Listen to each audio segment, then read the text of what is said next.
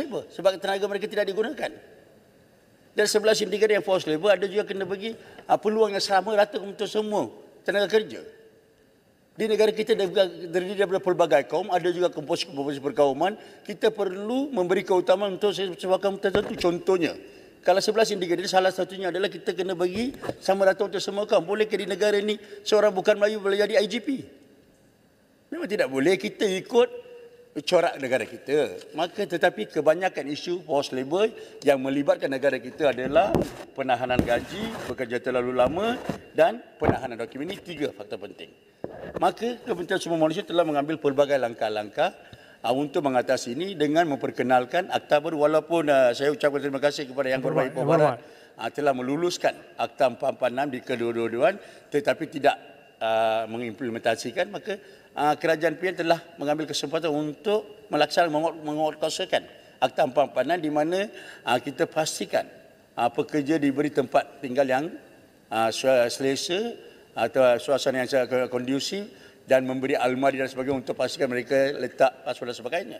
Tambahan pula kita dalam usaha mengambil langkah-langkah untuk mengatasi isu ini dengan memperkenalkan e-wages di mana apabila pekerja ni tak dibayar gaji dalam masa tertentu, Kementerian Sumber Manusia akan tahu. Yang kedua, way forward kita akan melaksanakan CLQ ataupun Centralized Labour Quarters di mana akan dipantau oleh Kementerian Sumber Manusia dan Kementerian Dalam Negeri. Ini adalah langkah-langkah yang sedang dijalankan. Penjelasan ringkas saja. Isu yang dibangkitkan oleh Sungai Buloh mengenai syarikat yang telah diambil tindakan oleh pihak Dyson.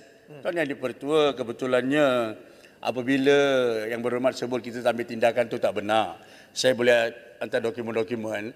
Kementerian Sumber Manusia melalui Jabatan Tenaga Kerja, kita telah menerima aduan sebelum ni dan telah mengambil tindakan dan kertas siasatan telah pun dibuka dan tawaran kompon telah pun dihantar kepada mereka. Tetapi sehingga ini mereka belum bayar kompon, maka kita akan mendakwa mereka di mahkamah. Ini adalah kedudukan sebenar. Yang isu yang baru-baru dikatakan ini ada two side of story Tuan Yang di-Pertua. Yang pertama, apabila saya sudah dibaca melalui sosial media bahawa syarikat Amerika Syarikat telah membatalkan kontrak yang diberikan kepada ataupun Dyson telah membatalkan kontrak yang diberikan kepada syarikat tersebut. Apabila kita telah terima maklumat awal daripada syarikat sendiri bahawa mereka yang batalkan kontrak ini sebab kekurangan pekerja. There's a two side of different story. Maka Jabatan Tenaga Kerja Semenanjung Malaysia sedang mengkaji sama ada yang mana betul. Sama ada kontrak itu dibatalkan oleh pihak Dyson ataupun pihak syarikat telah tidak menerima kontrak tersebut kerana kekurangan pekerja. Ini satu isu yang besar. Walau bagaimanapun Tuan Yang di-Pertua, Kementerian Sumber Manusia sedang mengambil pelbagai langkah-langkah dan seperti mana yang dibangkitkan oleh Yang Berhormat, tiada sebarang special approval Tuan Yang di-Pertua. Kalau kita lihat zaman sebelum ni, ejen-ejen hanya ejen 10 ejen saya dibenarkan daripada Bangladesh untuk membawa pekerja asing. Saya telah memperluaskan dari segi pembawa masa pekerja asing supaya tidak orang monopoli pekerja-pekerja asing. Ini adalah langkah-langkah. Yang kedua, untuk mengatasi isu forced labor Tuan Yang di-Pertua, saya telah meletakkan, Kementerian Sumber Manusia telah meletakkan Akta 446 sebagai prasyarat. Maksudnya, sebelum pekerja asing masuk ke dalam negara kita, pihak majikan perlu meyakinkan Kementerian Sumber Manusia ataupun Jabatan Tenaga Kerja bahawa pekerja ini akan diberikan tempat tinggal yang selesa supaya kita elak modern slavery. Saya bersama-sama setiap ahli parlimen dalam Dewan Yang Mulia Tuan Yang di-Pertua supaya pastikan kita mengambil langkah-langkah positif untuk menukar imej negara. Memang tercalar di arena antarabangsa, saya tidak menafikan dari segi kedudukan beberapa individu. Terima kasih Tuan Yang di-Pertua. Menteri. Buruh paksa ni menjadi satu masalah yang besar. Kita perlu faham bahawa tindakan tegas perlu diambil dari awal-awal dulu.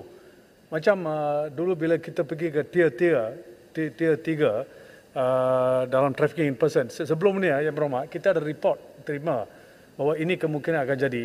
Kenapa tindakan itu tidak diambil tahun dulu? Sampai bila sudah menjadi masalah yang rumit, baru nak ambil tindakan. Yang kedua, saya nak correction sikit Yang Berhormat.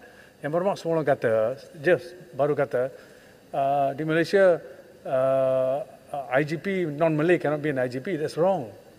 I think he must withdraw that statement. Because anybody can be IGP, like anybody can be a Prime Minister. Tak kisah orang Dayak ke Kadazan ke boleh. You please correct it. Menteri.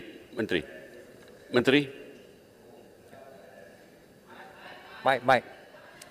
Kita perlu faham dalam kedudukan negara majmuk yang terdiri daripada pelbagai kaum, kita harus sensitif dengan kedudukan perkauman. Kita kena agih mengikut komposisi perkauman. Bukan saya kata tidak boleh jadi, tapi kita kena fahamlah kesensitif negara ini. Kalau kita ahli parlimen yang kita masuk faham kedudukan negara itu yang saya maksudlah. Bukan saya tak bererti nak menghina mana-mana kaum Tuan Yang di-Pertua. Menteri. Yang kedua Tuan Yang di-Pertua, saya tidak boleh membetulkan apa yang dah jadi salah sebelum ni.